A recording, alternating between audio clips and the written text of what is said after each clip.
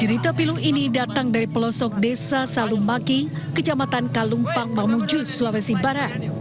Akibat akses jalan yang rusak parah, puluhan warga terpaksa menandu seorang pasien dari desanya menuju puskesmas hingga sejauh 28 km.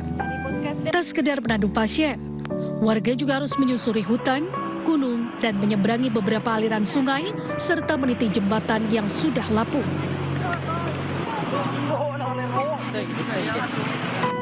Bergotong royong, mereka bergantian menandu pasien wanita berusia 59 tahun yang menderita luka bakar akibat tersulut api kompor.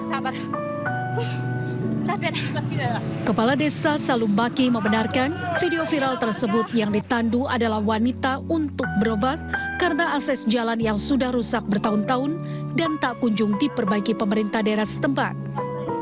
Melalui peristiwa ini, saya Kepala Desa Salumbaki mewakili seluruh masyarakat untuk menaruh harapan baik pemerintah daerah maupun pemerintah pusat dapat memperhatikan infrastruktur jalan ke desa kami, menuju desa kami.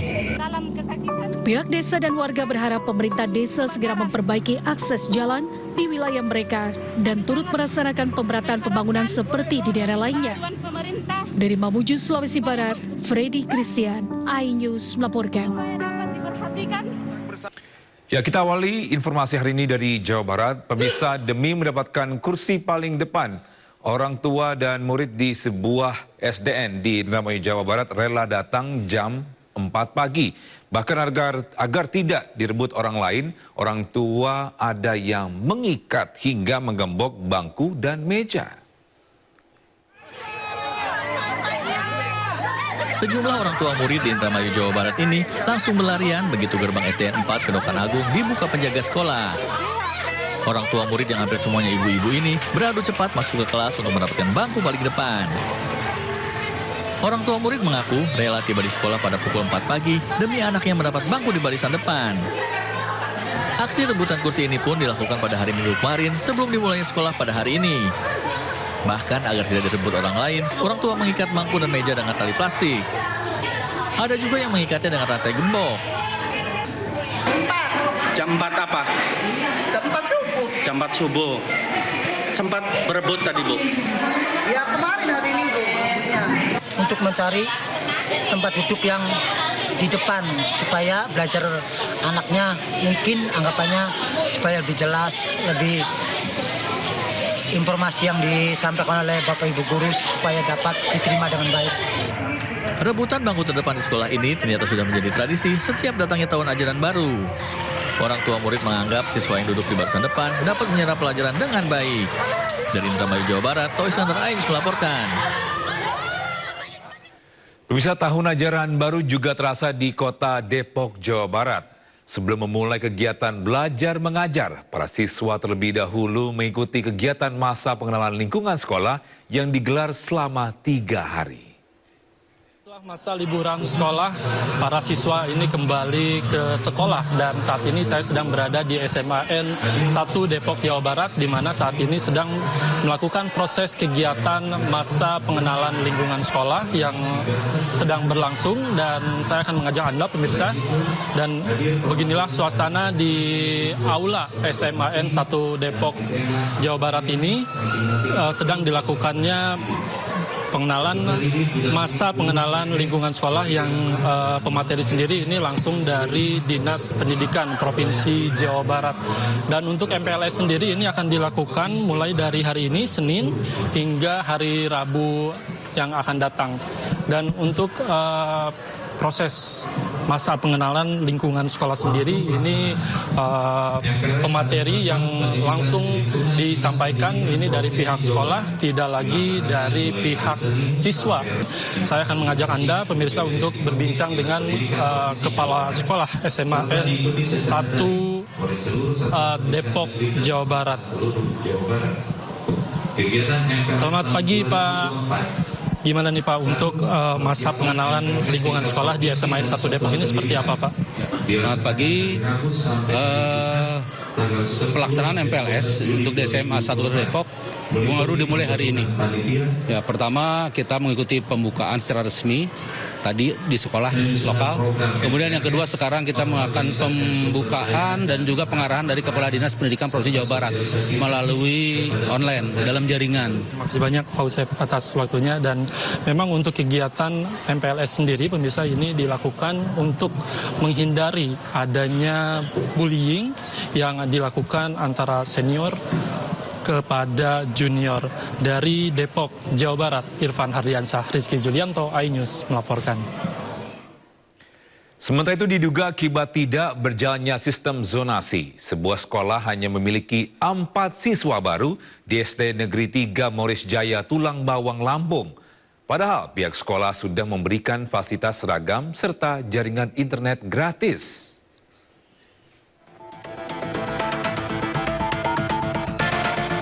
Tahun ajaran baru SD Negeri 3 Moris Jaya masih sepi dengan murid baru di Kecamatan Banjar Agung, Kabupaten Tulang Bawang, Lampung.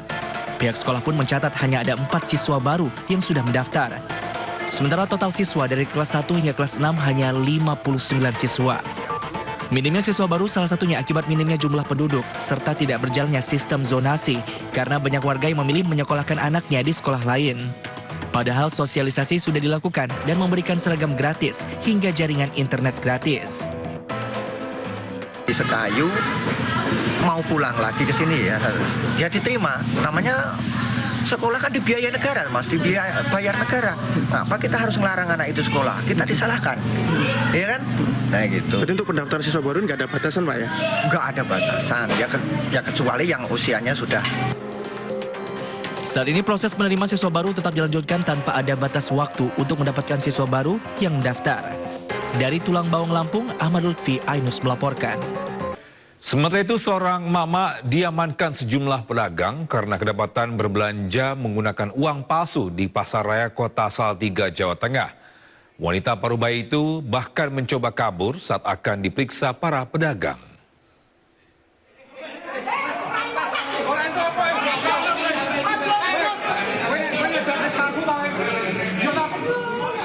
Wanita parubaya ini seketika meronta hebat saat diamankan sejumlah pedagang di Pasar Raya Kota Salatiga, Jawa Tengah. Emak-emak konsumen ini terpaksa diamankan karena kedapatan berbelanja menggunakan uang pecahan Rp100.000 yang diduga palsu. Wanita ini bahkan mencoba kabur saat akan diperiksa pedagang. Dugaan peredaran uang palsu di pasar tradisional bermula saat pelaku membayar 1 kilogram buah jeruk yang dibelinya dari salah satu pedagang. Pedagang yang curiga dengan keaslian uang pecahan Rp100.000 tersebut kemudian meminta pelaku membayar dengan uang lain, namun pelaku justru mencoba kabur. Dia beli buah jeruk, itu kan sama Mbak di belakang, terus kata Mbak itu kan uangnya nggak bisa digunakan. Akhirnya uangnya kan dia lari sana orangnya itu toh. Lalu minta uang yang asli sebenarnya. Tapi ibunya nggak mau itu toh. Saya suruh ngasih uang yang asli itu toh, dia nggak mau. Berarti kan saya tanya, berarti kalau kamu nggak mau uang kamu palsu semua. Dia lari karena ketakutan orang banyak itu tadi toh. Mencegah aksi main hakim sendiri, wanita parubaya tersebut kemudian dibawa petugas ke Polres Salatiga untuk pemeriksaan lebih lanjut. Kita beralih ke Sulawesi Tengah, pemirsa, seorang pemulung terluka di bagian perut diduga setelah terkena tembakan dari senjata milik anggota TNI Angkatan Udara. Peristiwa terjadi pagi hari saat korban sedang mencari barang bekas di tempat sampah di kompleks TNI.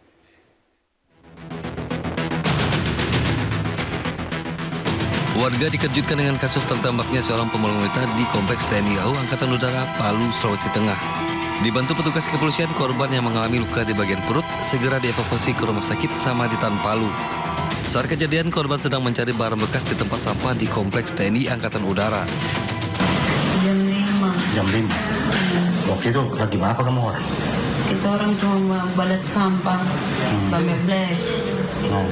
Terus kongkong anjing itu keluar dia langsung dia tembak saya. Kemudian ada senjata depan? Ada senapan depan. Akibat luka pada bagian kiri perut, korban segera menjalani operasi. begitu. Jadi semua normal kecuali karena rasa sakit. Itu saja penyebabnya.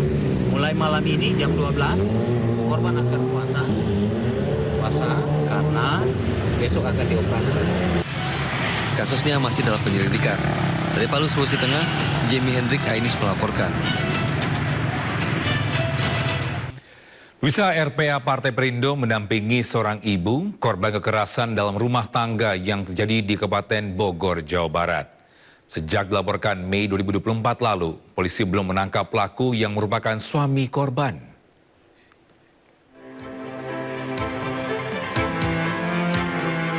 Lia, korban kekerasan dalam rumah tangga yang dilakukan suaminya berinisial PL, mendatangi unit PPA Polres Bogor.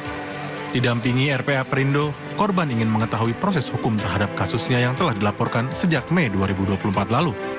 Akibat kekerasan yang dilakukan suaminya, warga Cilengsi ini mengalami patah tangan dan wajah babak belur. Dari cekcok tersebut, mereka berpisah lama, kemudian suaminya itu selalu mengucapkan kata-kata kotor. Dan kalau misalnya suaminya ini, kita duga juga suaminya ini terlibat dengan kasus judi online ya, sering melakukan perjudian, jadi emosinya juga tidak terkontrol dan akhirnya dilakukanlah kekerasan kepada istrinya. Menanyakan langsung kepada Unit PPA Polres Kabupaten Bogor kapan pelaku akan ditangkap dan di P21 agar kasus ini segera diselesaikan. Dengan bukti-bukti yang sudah diberikan ke penyidik Polres Bogor, korban berharap pelaku segera ditangkap dan diadili. Dari Bogor, Jawa Barat, Wildan Hidayat Ainus melaporkan. Pemirsa, pasca Peggy Setiawan menang dari pra-peradilan dan bebas dari tahanan, 7 terpidana kasus pembunuhan Vina dan Eki belum kembali ke lapas kelas 1 Cirebon. Pihak lapas masih menunggu kabar dari Kakanwil dan Kemenkumham serta Polda Jawa Barat terkait rencana pengembalian ke-7 terpidana.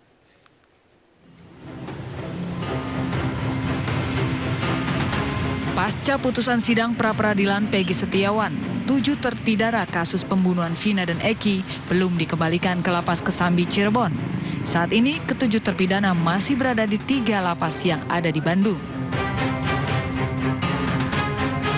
Sebelumnya ke-7 terpidana dibawa ke Polda Jawa Barat pada tanggal 22 Mei 2024 lalu. Ketujuhnya dipindahkan untuk kepentingan penyelidikan terkait ditangkapnya Peggy Setiawan atas kasus pembunuhan Vina dan Eki. Betul bahwa sampai saat ini 7 napi kasus Vina masih ada di Bandung. Bahwa keberadaan mereka di Bandung tentunya kami memindahkan ke sana. Itu merupakan hasil koordinasi antara kantor wilayah dengan Polda Jawa Barat. Nah, hasil koordinasi itu kita laksanakan. Jadi kami hanya melaksanakan hasil koordinasi saja. Bahwa sampai saat ini mereka belum dikembalikan di sini, yang jelas belum ada perintah lebih lanjut terkait dengan itu. Saat ini pihak lapas kelas 1 Kesambi masih menunggu kabar dari Kakanwil dan Kemenkumham serta pihak Polda Jabar terkait rencana pengembalian ke-7 terpidana tersebut. Dari Cirebon, Jawa Barat, To Iskandar, iNews melaporkan. Bisa mantan terpidana kasus pembunuhan Vina, Saka Tatal, ini meminta mantan Bupati Purwakarta Deddy Mulyadi bersaksi dalam sidang peninjauan kembali pada 24 Juli mendatang. Kesaksian Deddy diyakini akan menjadi bukti baru untuk membuktikan dirinya tidak bersalah.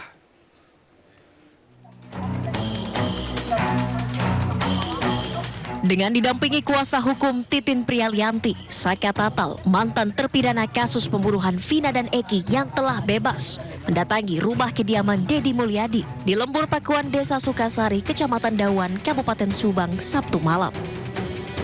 Kedatangan Saka Tatal untuk meminta Deddy Mulyadi menjadi saksi dalam persidangan peninjauan kembali atau PK pada 24 Juli mendatang. Kuasa hukum berharap keterangan Deddy Mulyadi yang telah membuka fakta serta bertemu dengan para saksi kasus pembunuhan Vina dan Eki bisa menjadi novum atau bukti baru di persidangan. Ada tokoh-tokoh masyarakat, terutama Pak Deddy Mulyadi, yang sejak awal menelusuri kebenaran peristiwa tersebut.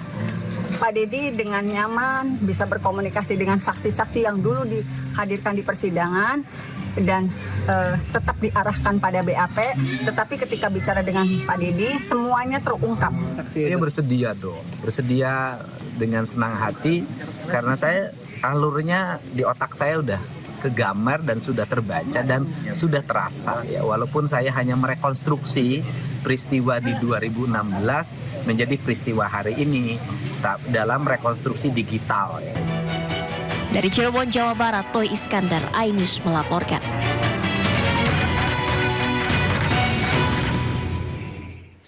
Ya, sementara itu mantan Ketua RT 2 Karya Bakti Kota Cirebon, Jawa Barat, Abdul Pasren ini kembali muncul ke publik.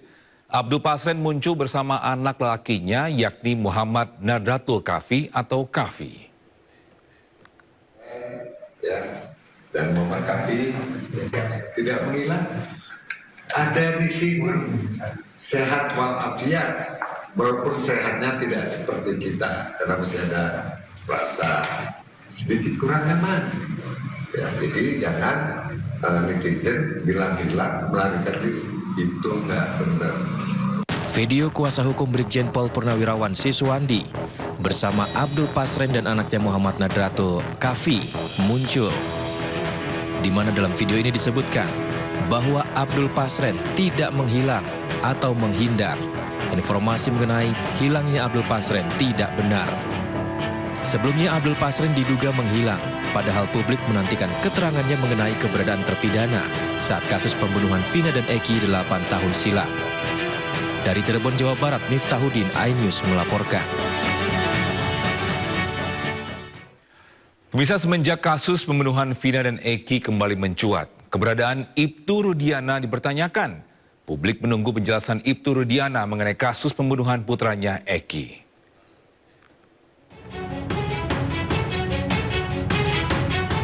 Beginilah kondisi rumah Ibtu Rudiana yang masih tertutup di kawasan Desa Sutawinangun, Kecamatan Kedawung. Menurut Ketua RT 6 RW 7 Jumadi, semenjak kasus pembunuhan Vina dan Eki kembali mencuat, Ibtu Rudiana sulit dihubungi. Rumah tempat tinggalnya juga selalu tertutup. Padahal sebelumnya ia dikenal sebagai warga yang baik dan sering pergi ke masjid. Keadaannya sih baik, biasanya ada orang yang ke masjid juga rajin semuanya. Yang ada kegiatan tuh ya kadang sih ada juga sumbangan, sering ngasih gitu sih. Sering kumpul gitu? Sering, kalau misalkan waktu tuh belum ada kejadian ini tuh sering. Semenjak kejadian ini udah langsung hilang aja. Semenjak kasus Vina ini muncul lagi tuh, langsung hilang. Publik menantikan kemunculan Ibtu Rudiana agar bisa menjelaskan peristiwa sebenarnya sehingga kasus ini menjadi terang benderang. Dari Cirebon, Jawa Barat, Miftahudin, iNews melaporkan. Pemirsa, Saka Tatal, narapidana kasus kematian Vina dan Eki yang kini sudah bebas, mendapat hadiah sepeda motor dari netizen. Sebagai bentuk rasa syukur, keluarga Saka Tatal juga menggelar tradisi surak dan mandi kembang. Puluhan ibu dan anak berebut uang receh dalam tradisi surak yang berlangsung di rumah Saka Tatal di Cirebon, Jawa Barat. Tradisi sebagai rasa syukur setelah Saka Tatal bebas bersyarat dan menerima hadiah sepeda motor dari pegiat media sosial atau netizen. Tak hanya itu, pihak keluarga Saka Tatal juga memandikan motor dengan air kembang. Pemberian hadiah seorang penjual durian asal Jawa Timur ini yang prihatin dengan kasus yang menimpa Saka Tatal. Awalnya juga saya gak nyangka bakal ada kejutan kayak gini, nggak tahu sebenarnya. Jadi Saka tuh bersyukur banget ada yang peduli sama Saka. Selain Saka Tatal, Peggy Setiawan mantan tersangka dalam kasus Vina dan Eki juga mendapat hadiah yang sama. Jadi Peggy. Dari Cirebon, Jawa Barat, Miftahudin melaporkan. Ya, setelah bebas dan lepas dari status tersangka kasus pembunuhan Vina dan Eki, Peggy Setiawan juga kebanjiran rezeki. Baru-baru ini Peggy mendapat hadiah 1 unit sepeda motor dari salah seorang pengusaha asal Tasikmalaya.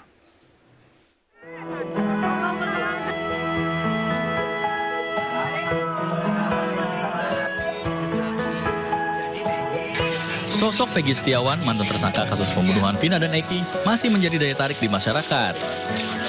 Usai kebebasannya, banyak warga berbondong-bondong mendatangi kediamannya untuk sekedar mengucapkan selamat dan melihat sosoknya dari dekat. Bahkan, Peggy juga kebanjiran hadiah dari berbagai pihak yang simpatik dan mendukungnya selama ini. Salah satunya hadiah sepeda motor ini, yang diberikan salah seorang pengusaha asal Tasikmalaya. Raut muka bahagia langsung terpancar usai Peggy menerima hadiah, serta langsung membawanya pulang ke rumah. Peggy mengaku sejak motor disita Polda pada 2016 silam, ia tidak memiliki motor lagi. Peggy pun akan memanfaatkan motor ini untuk transportasi bekerja. Perihal motor ini rencana saya akan pakai buat sehari-hari, buat bekerja di Cirebon, ataupun bisa saya pakai buat pulang pergi ngantar sekolah. Ya, soal itu saya alhamdulillah sangat berterima kasih banget. Masih nggak nyangka aja, hampir kurang lebih 1 minggu, masyarakat antusiasmenya sangat luar biasa, mereka sangat. Hingga hari ke-7 kebebasannya, suasana rumah Peggy Setiawan masih terus didatangi warga, termasuk yang datang dari luar Cirebon.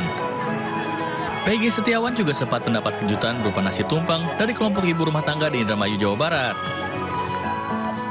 Peggy pun langsung menerima nasi tumpeng tersebut dengan rasa haru. Pemberian tumpeng ini sebagai rasa syukur dari kelompok ibu-ibu atas bebasnya Peggy yang sempat mendekam di sel tahanan Polda Jawa Barat selama 49 hari. Dari Cirebon, Jawa Barat, Toh Iskandar, iNews melaporkan. Ya, sebelumnya Peggy Setiawan juga dikejutkan dengan kedatangan sejumlah kelompok ibu rumah tangga asal Indramayu. Para ibu-ibu yang datang dengan membawa nasi tumpeng serta doa atas rasa syukur bebasnya Peggy.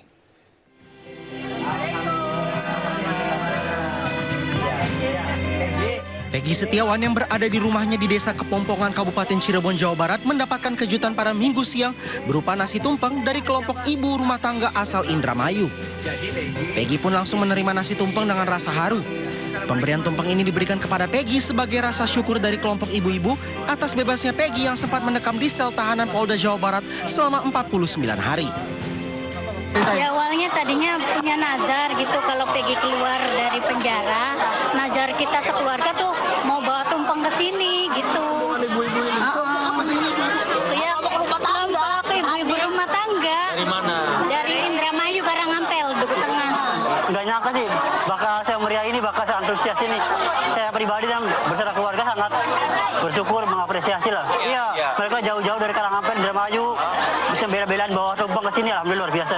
Saya apresiasi perjuangan kalian, luar biasa. Terima kasih buat masyarakat Karangampel, Indramayu dan semuanya. Terima kasih banyak. Acara ini pun dilanjutkan dengan melakukan doa bersama oleh puluhan ibu-ibu sebagai rasa syukur dan mendoakan tegaknya keadilan, khususnya dalam kasus pembunuhan Vina dan Eki yang terjadi 8 tahun silam. Dari Cirebon, Jawa Barat, Toh Iskandar, iNews melaporkan. Ya, kembali bersama kami di Sindo Siang. Pemirsa, Polda Metro Jaya kembali mengungkap kasus peredaran narkotika dan mengamankan 2 orang dengan sejumlah barang bukti. Sebanyak 5 kg sabu dan 20.000 butir ekstasi berhasil diamankan. Direktur Reserse Narkoba Polda Metro Jaya, Donald P. Simanjuntak mengatakan, barang bukti narkoba didapati dalam bungkusan plastik berwarna putih. 2 orang berhasil diamankan dengan inisial I dan F pada Sabtu lalu. Dan dari hasil interogasi untuk inisial F, sudah 3 kali keluar masuk tahanan dalam kasus narkotika. Izinkan kami akan menyampaikan terkait dengan pengungkapan kasus narkotika, di mana pada hari Sabtu, tanggal 13 Juli, beberapa hari yang lalu, sekitar pukul 12.30 WIB, dari Direktorat Reserse Narkoba Polda Metro Jaya ini mengamankan ada 2 orang laki-laki. Inisialnya I dan F. Di mana dari kedua laki-laki yang diamankan ini didapati memiliki narkotika jenis sabu dan ekstasi. Untuk narkotika jenis sabu ini didapati beratnya lebih kurang 5 kg. Dan ekstasi ini jumlahnya lebih kurang, setelah kemarin dihitung, 20.000 butir. Dan pemirsa, berikut kami hadirkan kronologisnya penembakan yang dialami Donald Trump. Kronologi penembakan ini diawali dengan kampanye terbuka yang dilakukan kandidat presiden dari Partai Republik Donald Trump di kawasan Butler, Pennsylvania, Amerika Serikat. Sebelum insiden penembakan kerumunan, simpatisan kampanye masih terlihat normal dan tak ada yang mencurigakan.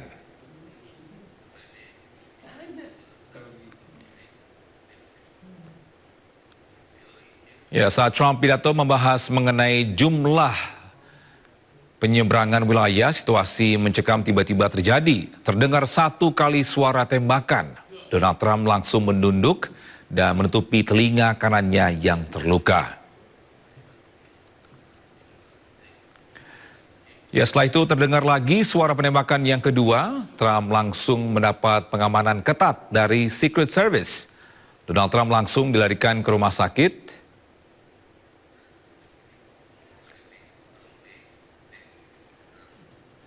Dan pengamanan ketat diberlakukan saat membawa Donald Trump ke rumah sakit. Sementara itu, pelaku tewas ditembak oleh pasukan Secret Service. Dan tak hanya pelaku, insiden ini juga menewaskan 1 orang peserta kampanye dan 2 orang kritis. Terima kasih masih bersama kami di Sindo Siang. Pemirsa, Otorita IKN memastikan terus mendorong pembangunan infrastruktur termasuk sarana dasar sebelum 17 Agustus tahun ini. Meski terdapat kendala non-teknis, pemerintah tetap berupaya menuntaskan target pembangunan IKN saat ini.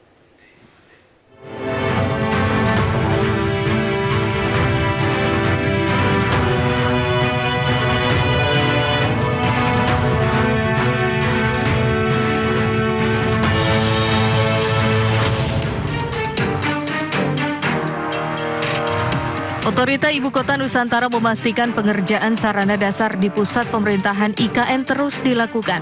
Meski mendapat kendala non-teknis seperti cuaca yang tak mendukung, Otorita IKN yakin dapat menuntaskan pembangunan sarana dasar seperti air dan listrik sebelum Agustus. Menurut pelaksana tugas Kepala Otorita IKN yang juga Menteri PUPR Basuki Hadimulyono, sarana dasar seperti pasokan air hingga listrik dipastikan akan rampung bulan Juli ini. Sementara itu, sarana infrastruktur seperti jalan tol hanya dapat selesai hingga Pulau Palang, sedangkan jalur selanjutnya masih dalam tahap pengerjaan. Basuki mengakui curah hujan yang tinggi menjadi hambatan yang tidak bisa dihindari. Masalahnya di sana yang 1, hujan. Kalau bulan kemarin dari 30 hari itu 8 hari yang bukan, 8 hari yang terang. Lebihnya hujan. Sekarang kita ngaspal pun kita pakai blender. Kita pakai upaya malam macet total semua karena hujan.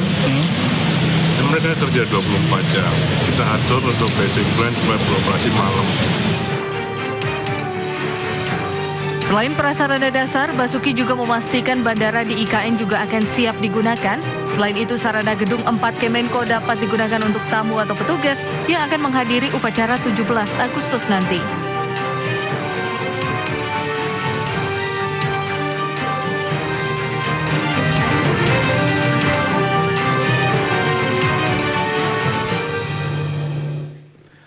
Sementara itu, keraguan atas keberlanjutan pengerjaan Ibu Kota Nusantara mulai mencuat. Usai pemerintahan baru diperkirakan akan lebih mendorong pelaksanaan program prioritas. Pengamat ekonomi memprediksi keterbatasan fiskal di era pemerintahan baru akan membuat pembangunan IKN tertahan anggaran yang terbatas. Spekulasi nasib pembangunan Ibu Kota Nusantara mulai ramai diangkat usai pemerintahan baru lebih memilih program prioritasnya seperti makan bergizi gratis ketimbang proyek warisan Jokowi tersebut.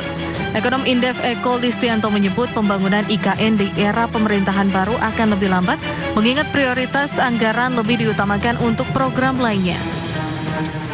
Secara politik kan ini komitmen Pak Prabowo ya untuk tidak memangkrakkan IKN gitu kan setelah Pak Jokowi selesai nanti. Tapi di sisi lain secara realistis uangnya juga nggak ada gitu loh.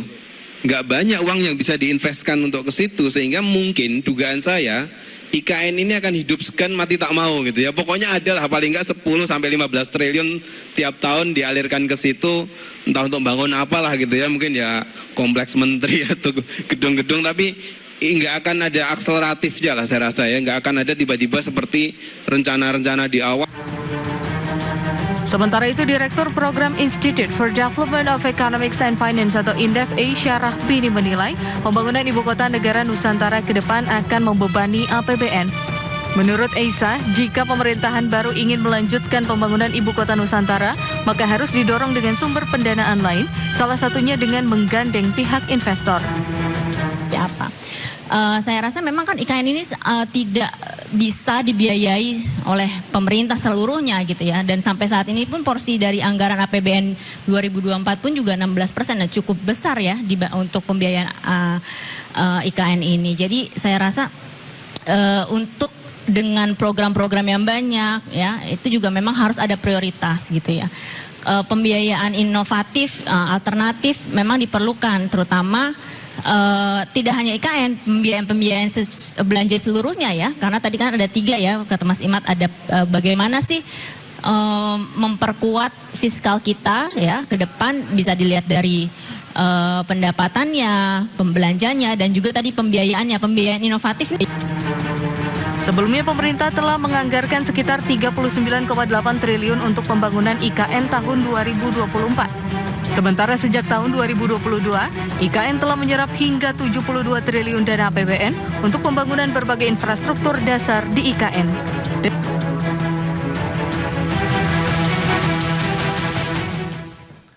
Pemirsa, Presiden Joko Widodo resmi menerbitkan Peraturan Presiden Nomor 75 Tahun 2024 tentang percepatan pembangunan ibu kota Nusantara. Dalam Perpres tersebut, Kepala Otorita IKN dapat menetapkan nilai tanah di ibu kota Nusantara untuk pengelolaan aset dalam pengendali dan pelaksanaan investasi di ibu kota Nusantara. Presiden Joko Widodo resmi menerbitkan Peraturan Presiden Nomor 75 Tahun 2024 tentang percepatan pembangunan ibu kota Nusantara. Dalam aturan yang ditandatangani 11 Juli kemarin, Kepala Otorita IKN diberikan wewenang untuk menerapkan nilai dan harga tanah di IKN. Berdasarkan ayat 1 pasal 6 Perpres Nomor 75 Tahun 2024, Kepala Otorita disebut dapat menetapkan nilai tanah di ibu kota Nusantara untuk pengelolaan aset dalam pengendali dan pelaksanaan investasi di ibu kota Nusantara, sesuai dengan ketentuan peraturan perundang-undangan. Aset dalam pengendali merupakan tanah di wilayah ibu kota Nusantara yang tidak terkait dengan penyelenggaraan pemerintahan. Nilai tanah yang telah ditetapkan Kepala Otorita akan menjadi acuan bagi kementerian yang menyelenggarakan urusan pemerintahan di bidang agraria atau pertanahan untuk menetapkan zona nilai tanah. Nantinya Kepala Otorita juga dapat memberikan pengelolaan tanah aset dalam pengendali kepada pelaku usaha pelopor dengan pengenaan kontribusi tarif sampai dengan Rp0 ataupun melalui pembayaran kontribusi secara angsuran.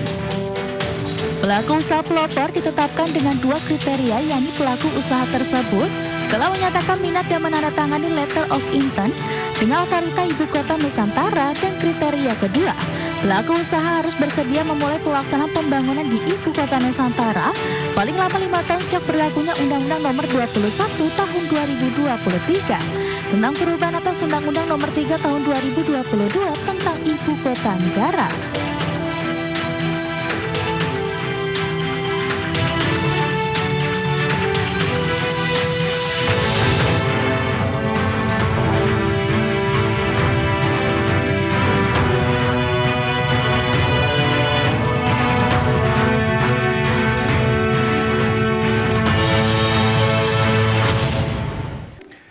Kembali bersama kami di Sindo Siang. Pemirsa, Bendungan Pleret Semarang, Jawa Tengah mendadak viral sebagai wisata air gratis. Berseluncur di bendungan layaknya di papan luncur di pantai, meski berbahaya, warga sangat menikmati sensasi meluncur tersebut.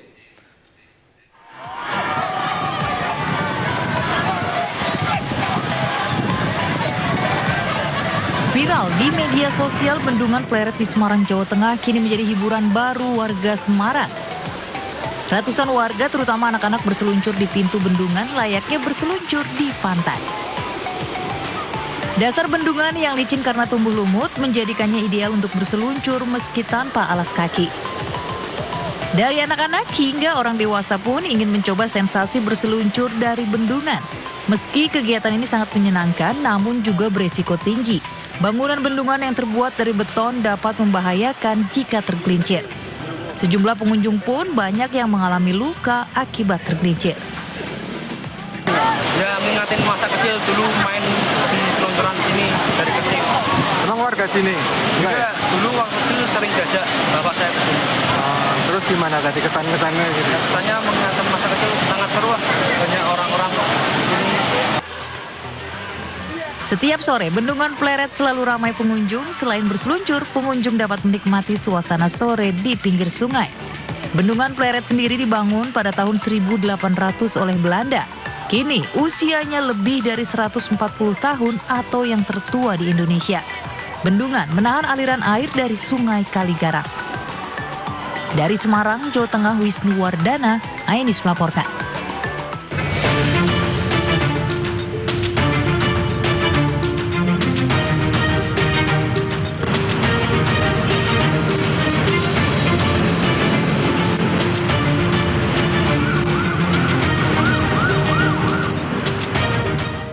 Ya, misal saatnya kita simak pantauan arus lalu lintas siang ini dan kami telah terhubung dengan Bribda Jessica dari NTMC Polri yang kini berada di kawasan Simpang Pancoran, Jakarta Selatan. Selamat siang Bribda Jessica.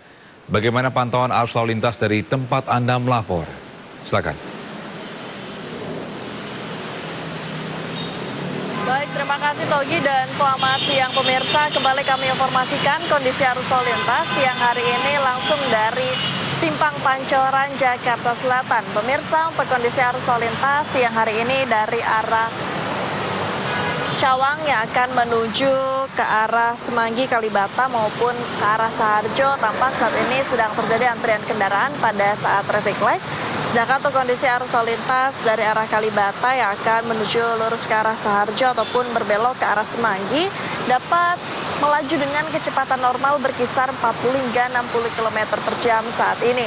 Di mana keramaian dari arah Kalibata ini didominasi oleh kendaraan roda 4 milik pribadi dan kami mengimbau kepada setiap pengendara agar dapat mengkondisikan laju maksimal kendaraan Anda serta menjaga jarak aman kendaraan Anda. Dan untuk kondisi arus lalu lintas dari arah Cawang kami imbau untuk tetap berada di jalurnya masing-masing dikarenakan pada kawasan ini banyak terdapat kendaraan besar seperti bus dalam kota. Selanjutnya kondisi arus lalu lintas dari arah Semanggi yang akan menuju ke arah Cawang ataupun ke arah Saharjo dalam kondisi ramai mengalir dengan lancar. Pengendara dapat menempuh kecepatan normal selepas antrian traffic light. Di mana antrian traffic light ini berdampak terhadap perlambatan percepatan sepanjang 100 meter di belakang garis stop, namun selepasnya dapat berlangsung dengan normal. Waspadakan kendaraan umum yang naik turunkan penumpang, kami mengimbau kepada para pengendara agar dapat mengkondisikan jarak aman kendaraan Anda terhadap kendaraan lainnya. Sedangkan untuk kondisi arus lalu lintas dari arah Saharjo terlihat adanya peningkatan volume arus lalu lintas menjelang jam makan siang perkantoran. Di mana sudah terlihat kondisi arus lalu lintas dari arah Saharjo baik yang akan menuju ke arah Cawang, ke arah Semanggi juga cukup padat, di mana juga terjadi antrian kendaraan pada saat traffic light dan berdampak perlambatan percepatan sepanjang 200 meter di belakang garis stop. Dan kami mengimbau kepada para pengendara pada saat antrian traffic light ini untuk dapat bersabar menunggu antrian traffic light dengan tidak menerobos antrian traffic light dikarenakan kondisi arus lalu lintas yang sudah mulai ramai siang hari ini dan juga terdapat pertemuan arus dengan kondisi arus lalu lintas yang sudah mulai ramai dan banyak terdapat kendaraan besar seperti truk pengangkut barang ataupun bus dalam kota di kawasan ini. Dan kami himbau kepada para pengendara untuk tidak menggunakan jalur busway sebagai lajur kendaraan Anda dan tetap berada pada jalurnya masing-masing serta patuhi rambu lalu lintas dan marka jalan yang ada di kawasan ini. Juga kami mengimbau kepada para pengendara untuk dapat mentaati segala peraturan lalu lintas dan tentunya dapat mengikuti arah petugas kami yang ada di lapangan. Dan juga kepada para pengendara roda 2 untuk tetap berhenti di belakang garis stop pada saat menjelang antrian traffic light dikarenakan banyak terdapat aktivitas masyarakat, salah satunya adalah pejalan kaki. Dan pemirsa, bagi Anda yang mengetahui selengkapnya mengenai kondisi arus lalu lintas, Anda dapat menghubungi call center kami di 15669, juga SMS terkami di 9119. Stop pelanggaran, stop kecelakaan, keselamatan untuk kemanusiaan, Indonesia tertib, salam presisi, dan kembali kepada Togi di studio. Baik, terima kasih Bribda Jessica Renden atas laporannya dari kawasan Simpang Pancoran, Jakarta Selatan. Selamat bertugas kembali dan salam presisi. Ya, pemirsa, 128 pebiliar saling sikut di hari kedua Standball Tournament Championship 2024 di Bandung, Jawa Barat. Para atlet biliar saling menunjukkan keahlian dan kemampuan untuk bisa lolos ke tahap berikutnya.